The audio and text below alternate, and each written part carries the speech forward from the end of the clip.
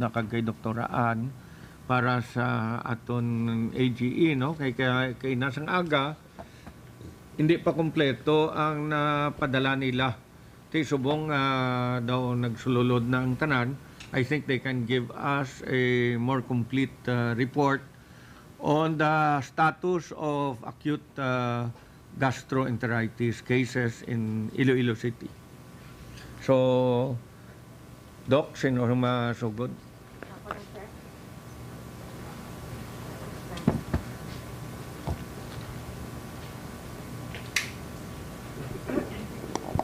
Good morning, everyone. Thank you for being with us today. As of September 11, 2022, we have a total of 522 acute gastrointestinal cases.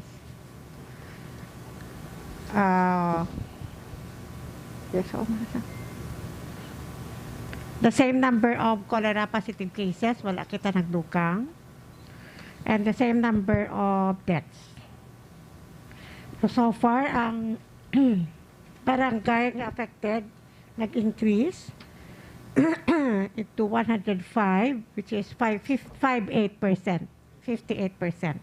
Ang total barangay affected na to.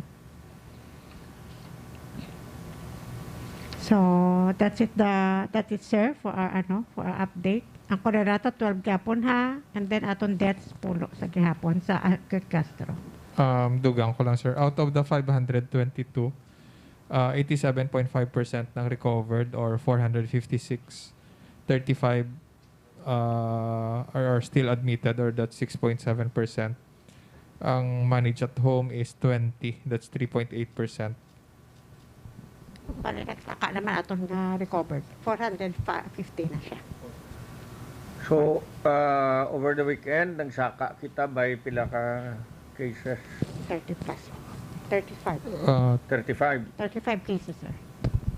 No? 35? Yes, sir.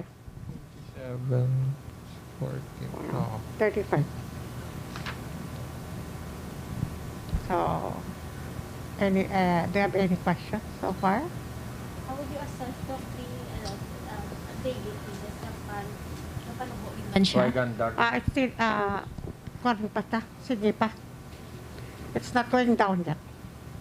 We thought on the one, it is going down na, kaya over the weekend, wala tanto, pero kaya because Olivra nagsulod ang case, hapon na, so it's still the same. Unfortunately, we're still there. We're not over yet. It's not over yet. So, may dugang 35. Yes, sir. 35 cases. Amo ni ang bagong cases nga nagsulod over the weekend. No? Oo, sir. Siguro why naton why dayon nasulod amo na late nang iya pag pasulod, no? Sir. Ang aton nga ginaobra, I think pwede mo siguro mambal sa ilang kung ano ginaobra ta subong. As of the present, since it started, no, of course we are still doing the active case finding. We are still doing the inspections aton nga mga water refilling stations. We are still doing the chlorination of other wells naton, kay i-update na kamo karon kung pila ang na chlorinate kag-inspect. And then sige ang coordination. Karon may meeting ta upod sa DepEd para sa schools naman, no? Yes, sir. And ang OCD nagpadala 10,000 liters Yes, sir. of water gagin pasa ta sa schools. I will give you an update also on that. And we have met with the Metropax on Friday for sa aton nga kay gusto naton i-expedite ang pag-install nila sa ilang water system sa aton nga affected barangay. And nag-deliver naman sila sa pinaka-barangay sa ilang static tanks. We are continuously doing a intensive health information.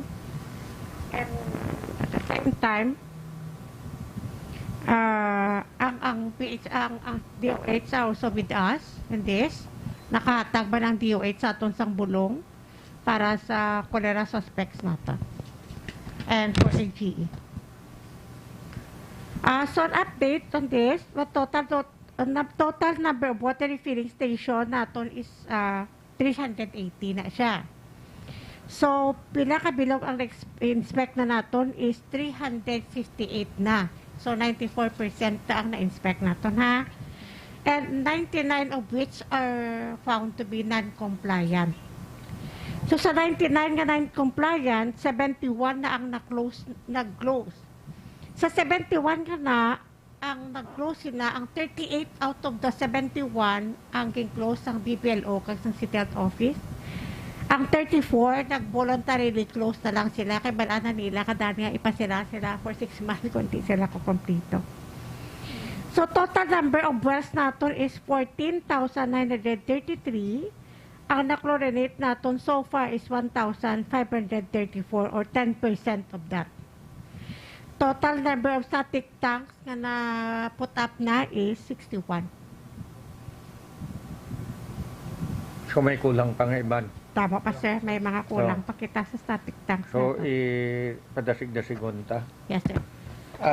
Kagang inyong status ang baklon nyo itong vaccine, ano Yes, sir. natabo to? Pinikat sa aton nga vaccine is ang brand is Shanpol. Anyway, I'm not promoting the brand. We will be procuring. However, sir, nag-call sa aton ang Metropac early this morning and they are planning to buy it for us. So, kina-refer ko na lang sila sa supplier. So, ang available lang stock sa Cebu is 2,000 doses na lang, sir. 2,000 na lang nabilin. And sila na yung procure and they said i-donate nila sa city. Why na sa iban? Wala na sa kaya patapos na, sir, ang tuig. So, paubos na siya. Oo. So, pangita ta sa iban. Oh, Ang vaccine is good nagpapakita na for sir. 1 year old and above. Yes, 1 year old and above atong So, target. tanan nga 1 year old and above, ang paano ni ma-prioritize, mahatag kita ni sa mga clustering lang, barangays nga may damo cases, no? So, daw dirigid sa mga coastal naton bala, halin diri sa Patio, Timawa Sonto, sa Palapala, sa Esperanza, kag all the way gid diri hasta sa Maria Clara, kag sa Ortiz, no? So, but we will try also to look for some more vaccines. Kaya iti may naprobahan naman to ang aton nga City Council nga fondo para mausar ta sa mga kinanglanon. So may dugang pagkapaan, why na? I-send ko na lang karon after sa interview nyo kay sir ang list ang divide ba na, sir, sang DepEd sa school kung tagpila-pila to ang gihatag nga baton water sa OCD, ha? Sige, so looking for it, sir. Sige. Okay, ginpasa to tanan nga bottled water nga 10,000 liters. Kag kita nga makalpan gid parang sa mga areas nga kinanlanon nga daw gasaka gid ang kaso bla. Matag kita to sa ila para nga may mausar sila. Okay. Doc, pwede mo ma-explain kung ang vaccine ni ini for mga natapika na ini siya sang sakit or pwede siya so wala? Pwede pa siya ma-vaccinate. Dose ka may nagmasakit, kag ang dose ka wala pa nagmasakit. Kaya pala mo kung magmasakit ka sa cholera, wala man sa lifetime immunity. So pwede ka pa How about ang wala pa yan So we nagmasakit? keep the vaccine to those also like ilang relative or household nila kahit high risk na sila mo. So kaya naabot silingon ang ilang source pareriho lang mo. Okay. So to prevent infection sa ila, that's why unahon sila. Daan mo ng lugar ila family, ang community nga dira. Doc, may update kita sa mga ambulant vendors natin, Doc, kung pila na ang may mga health cards. Sa Subong, kasunod pa lang ang report. We'll update you tomorrow morning. May na po naman kita. Nara ka na. water supply lang yung... Kasi di pa sulod kay ang ambulant vendor ka budlay dakpon.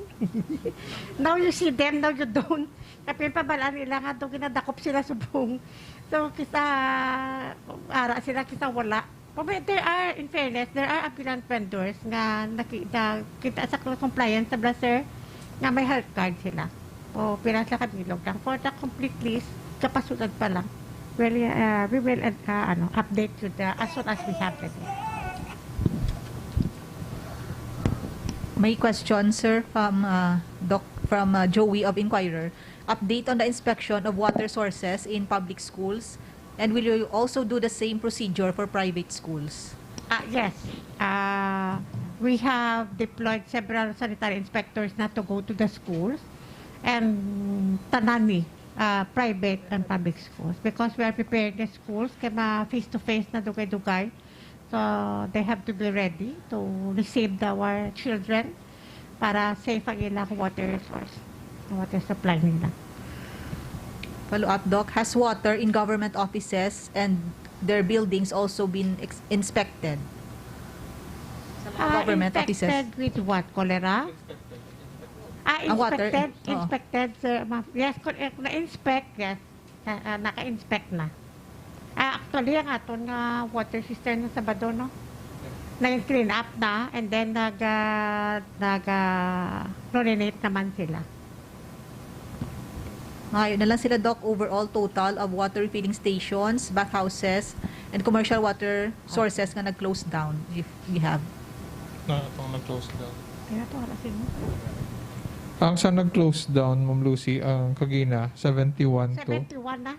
71. But this includes ang 38 naging close ang BPLO, and the rest are voluntary closure. Other questions related? Angel, do you have?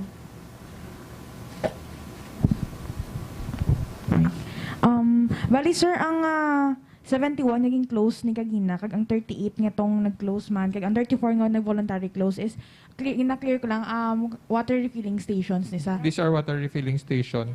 Bali nga hindi pa sir included ang mga bathhouse naging pasarado kag iba niya mga kwan. Water So, refilling station. Refilling pa lang. Okay, sige.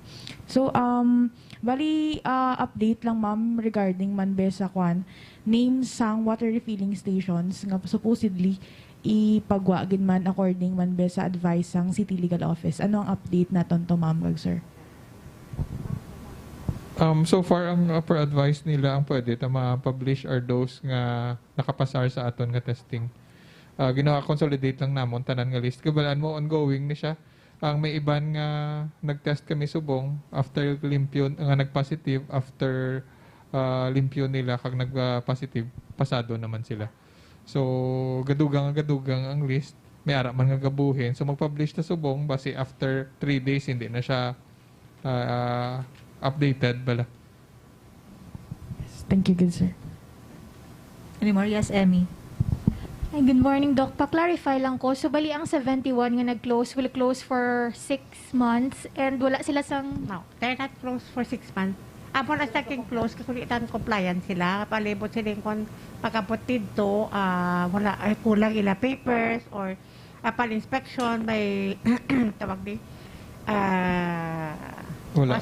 wala Business permits. positive sila for this and for uniform, whatever. So, they're given time to comply. Pero ang 38 na Oh. maging close ang BPLO. Oh, para yung 38 maging close sila. O, ganyan. Tapos ang 34 nga na, nag-voluntary close. Alam mo na silang 34 nga wala gidya papilis.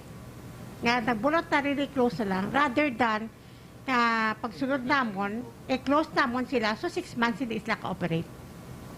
So, ang 38 na iya ang BPLO na iya. Regular ba na kita-check sila, kulang iya papilis. So, pali, kita pa comply para nga maka-open sila, di ba?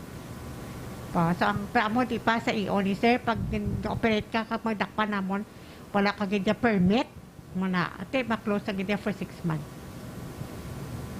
Yes, ma'am. Ano ang miyara kita update regarding man ba sa meet up ninyo with mga hotels and restaurant regarding sa ilang mga water supply kag sa... Yes, we have talked with them sang last week, and okay man sila, siyempre they will cooperate.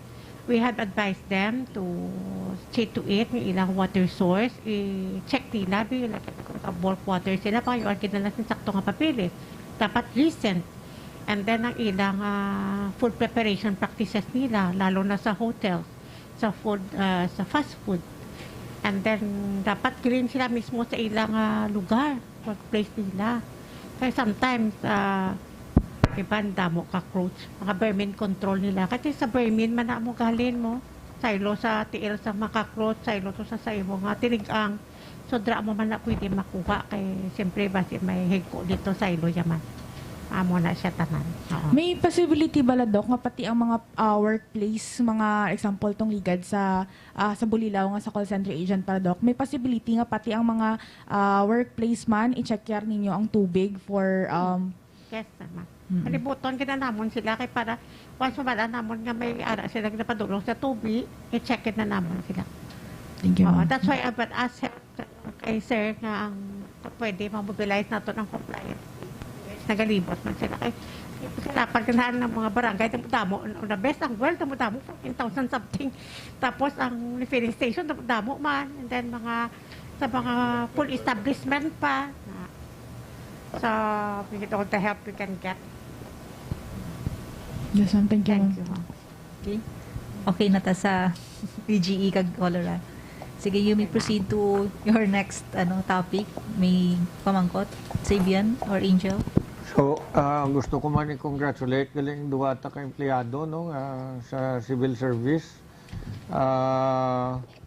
Si Dr. Fortuna kag si Donna sa nakakuha sila no ganin ang ngalan sang ilang award. Si Donna, Sir Presidential Lingkod Bayan. Si Oh. Doc, Dangal ng Bayan. Dason si Doc Dangal ng Bayan, sir. Tangal ng Bayan. So, I'm very proud nga subong duwa ang nakasulod no. Si Doc kag si Doc Fortuna kag si ano. We're very happy that we have already broken ground for the hospital and for the medical arts building no. Hopefully makasugod na sila kahit ang ambal sang contractor, it will take 2 years no. And that will be good for 7. May timeline